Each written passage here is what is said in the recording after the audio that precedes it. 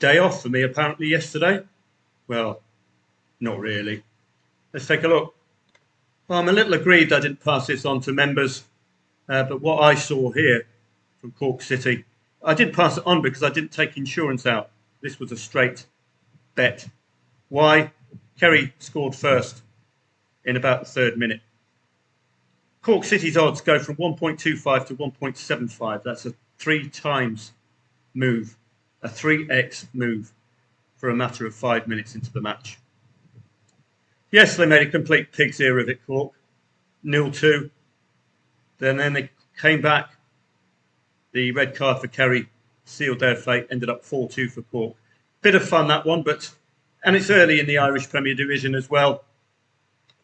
2 of the reasons I didn't pass it on, but you can see with Haugesund as well yesterday.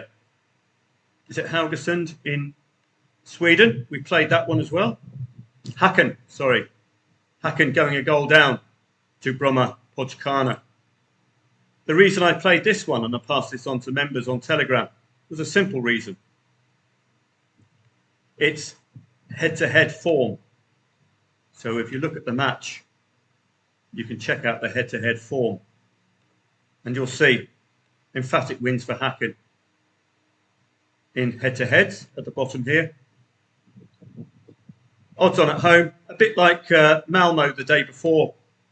Got the equaliser, but pushed on and got the win. On this occasion, I've got you a nice green screen. It's very rare that I'll be playing opening days of the season, but when you get eye catches like Hacken and like Malmo, and indeed St Patrick's in Ireland, then you've got the green light to have a punt. Bankerbet, Club Brugge did exactly what we expected. La Louvière, something like 14 shots off target. Dender, I suggest, would have been liable if leading with insurance. If you fancied that one, if you had an in-play stats feed yesterday. Vejle and Randers, well, they're flirting with over 2.5 goal Vejle all the time. 1-1 this one, but it was a late 1-1, so it's not really a good trade for 2.5 goals. But you get the general idea with the Danish Superliga. It is a good league for goals. When you pick the right team, they can deliver. Looking at the English Championship yesterday, a relegation 6-pointer, Portsmouth and Oxford. Could have played this if you wanted. Particularly, well, I did send you the message. You can bring your handkerchiefs and violins out now. I sent you a verbal message on my mobile phone, but it was still sending when Oxford equalised, took advantage of the red card. And that's what I was going to mention, because it's a must win.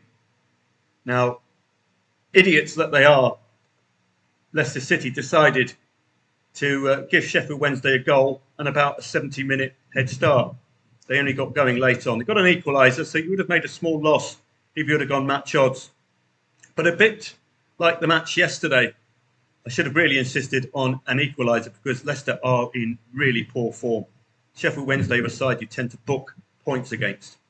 Millwall and Norwich, another one. Again, get your violins out. I was quite tasty on Norwich yesterday and watching them in play. They're very fluid, working their way through the lines with their passing. Very impressive indeed. And that was a thoroughly deserved win. And I should have had a go on Norwich, at least with a Millwall opening goal. Moving on down. Ipswich, another play of ours yesterday. I don't think I recorded. Yes, I did. There we go. So it's a nice, simple, done by half-time play, this one. Fabulous stuff. A little concerned because Birmingham have been obviously hired a new defensive coach because they're very tough to score 2 goals against. So this was a bit of luck for us with 2 goals from Ipswich, being their only 2 goals yesterday before half-time. Job done. Superb stuff. Watford, I went for a late winner. They ticked the boxes. Momentum rising in the 90th minute. Shots on target and off target, 90th minute. Laying at 1.09 and 1.06. Not sure I recorded that for the Ipswich match. No, I didn't. But 1.09, 1.06, maximum £4 liability for a £53 profit on a side who really, with 3 points, let's see why Watford were going for that winner yesterday. Where do we see them? Here, 57 Can you add 2 to that? Makes that 59 if they got the win. Still, it's a bit of a way to the top 6, but it's a closer, of course, than 57 points, which looks psychologically looks a bit worse, doesn't it? 7-point gap. Compare that to a 4-point gap. Sorry, 5-point gap. That's why Watford were going for that winner yesterday. The Swans and Middlesbrough didn't really play. I've got a bit of a trouble trusting Middlesbrough at the moment. They're shooting themselves in the foot. Hull did well to stop Coventry, and Hull had to do something yesterday. They had to do something. Ideally, 3 points. Coventry City might be starting to get that air of complacency about them. The arrow will be there very soon. But for Hull, you can see the importance of just that point. It's introduced now. A comfortable 5-point gap to 7th place Southampton, who can't catch them even if they win. So Hull know that at least for the next match or two, they will be happily ensconced in the top 6. So that draw, that extra point, vitally important, but you can see why they want to win. 70-point barrier. English League One, Luton Town was impressive as ever. Bit aggrieved having starred them that I didn't play Huddersfield yesterday. We've got a late winner. So, yes, the banker bets doing good. Cardiff did score first against Peterborough, but this is the posh. They're a very untrustworthy side, and untrustworthy sides will lose you money as a trader. There's that Stevenage goal, which has made a huge difference to their season. Cambridge United did score first, so in that regard, no great interest for me. One of my banker bets there. Notts County scoring, and Swindon as well. The two other starred matches. French Ligue 2, Le Mans.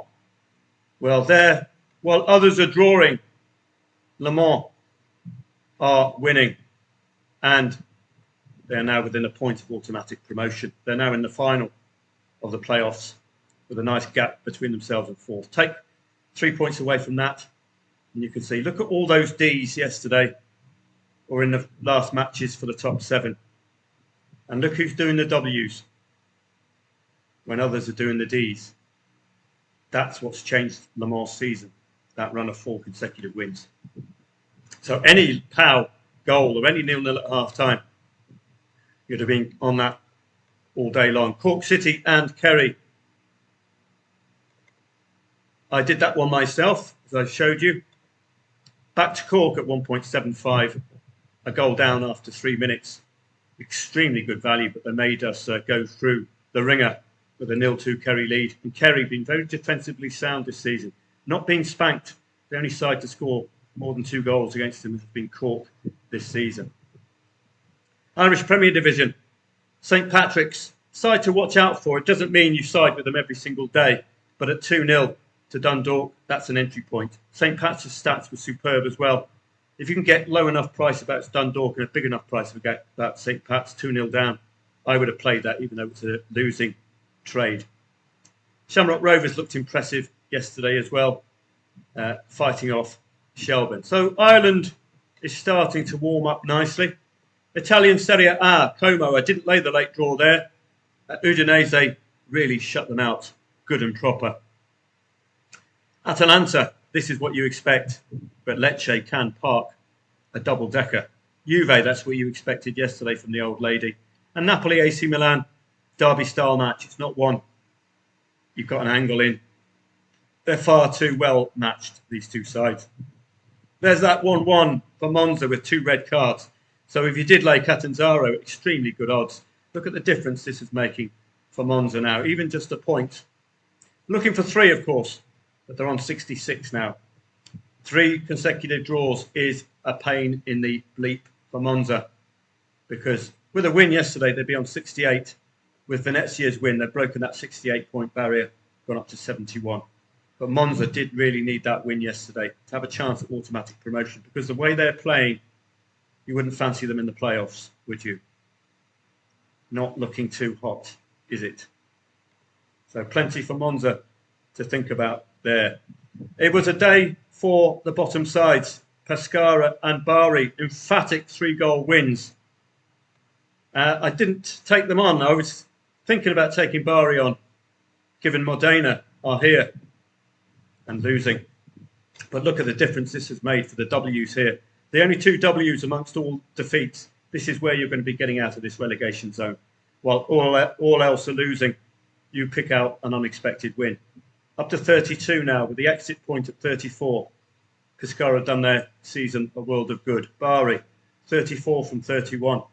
Again, that's the exit, the 34-point club. Now they're part of it. Bari, at least, they've got a really good shot now of getting out. If they could pick up another unexpected W.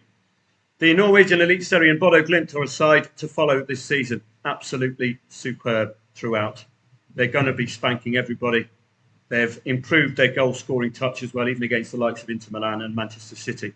So watch out for Bodo. They went one season once, scoring 2 goals in every single match and scoring before half-time in every single match. That was only a few seasons ago.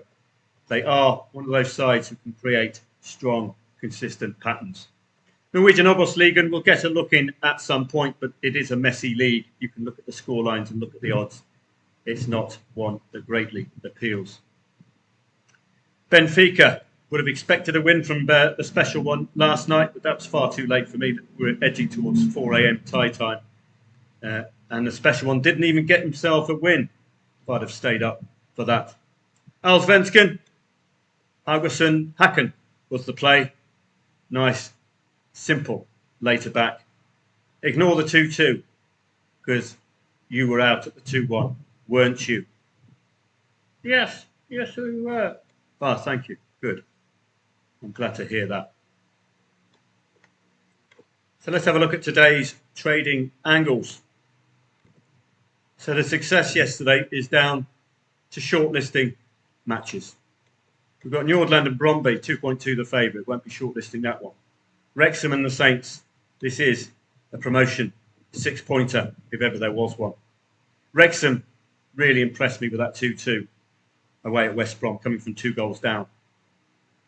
That's got them remaining in the playoffs. The importance of scoring, or the importance of getting those 2 goals. Now look at all the Ds being collected in that last round by the top 6. Are the nerves starting to get to them? Yes, they are, to Middlesbrough, aren't they? It's very, very worrying if you're a Middlesbrough fan, because they could be happily in that top 2. But for Wrexham and the Saints, this is all about the playoff place today. The winner will go into the top 6. It's as simple as that. Wrexham get a draw, they'll remain top 6, but that will only be a 2-point gap to the Saints, which isn't big enough, with Derby on the same. So this is a crucial match today. It's not one I can point comfortably to, but Southampton coming off the back of a FA Cup heroics as well, that will give them a booster. I would subtly favour Southampton myself. They've just turned a corner, haven't they? Port Vale and Rotherham, relegation, 6-pointer, 2.4 the favourite. This could be a day off.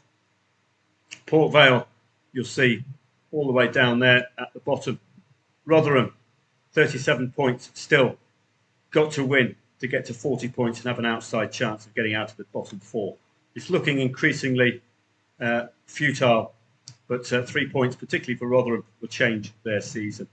Bromley and the Shrews, 1.62 the favourite. You see Bromley at the top on 80 points. They are nearly there, but with this lot on 74, they're within a couple of wins of catching them up.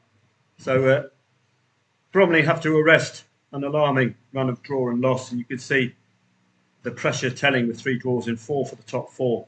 Again, no win for the top 4 in the previous round, and only a 50% win rate for the top 4 in the round before that and the round before that. The nerves are starting to tell, more so for MK Dons. But Cambridge United starting to build up a couple of Ds, which they won't be liking, because 74, 73 can still get them. And more importantly, if they turn these into Ws, they're in the automatic promotion spots. So important stuff today for Bromley. Shrews, well, we don't see them. We move our way down. And with the bottom sides on 33 points and the Shrews with an 11-point gap, I think this is primed for Bromley to do something today. Not sure if it will get banker material, but I will star it to look at, that's for sure. This would be a late lay the draw, Wrexham and the Saints, must-win territory. Champions League, Real Madrid and Bayern Munich. Good luck with that one. 2.25 to favourite. Bayern Munich's 2 goals habit was tested at the weekend against Freiburg, and they passed the test. Real Madrid lost to Mallorca at the weekend, but they did equalise late on, and Mallorca got a 91st minute winner. So in that regard, as a trading pair at the weekend, they did deliver the equalisers, and Bayern Munich far more impressive. Sporting Lisbon against the Arse. Watch out for Luis Suarez. No, not the man who likes eating people. He's at Inter Miami. This is the other Luis Suarez who scored 2 goals late against Paris Saint-Germain at home. He could be Arsenal's nemesis this evening. You know what you're going to get from the Arsenal. It's going to be, quite simply, keeping Sporting Lisbon quiet. No trading angles, I'm afraid. Not from me.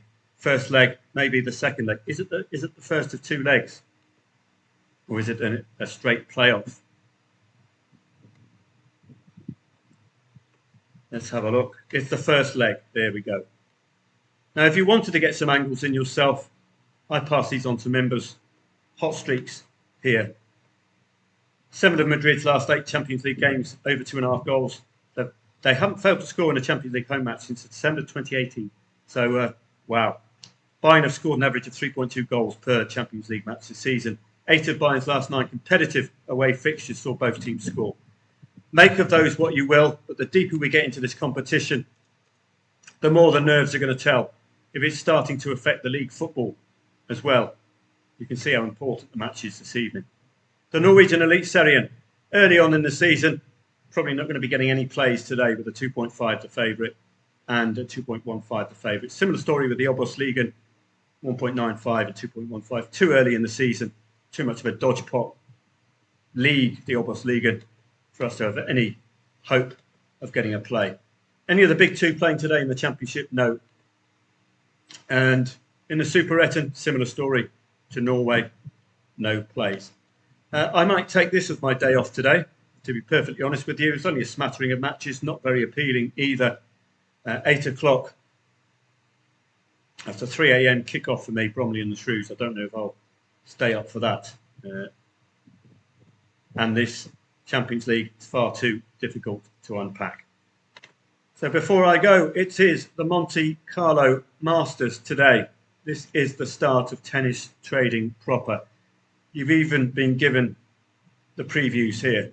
The research has been done for you. What I like to do with the tennis is what I like to do with the football, and that's to go through pre-match and pick out players that I like. De Minaur, even though he's got a Hitler haircut. He's playing Cameron Norrie today. Oh, he's changed his haircut. Alex de Minaur, he used to have the old Hitler cut down under the eye. What he needed was a little tash. 24th against the top 6 player. I would be solidly with the top 6 player here. So I would be looking at Cameron Norrie potentially taking the first set. Gaël Monfils is a Frenchman in France. Might get a look in, but he's nearly as old as Joe Biden. So not necessarily a good trade, but he might take a set. Corentin Moutet and Muller, 2 Frenchmen playing in France, might see a 3-setter.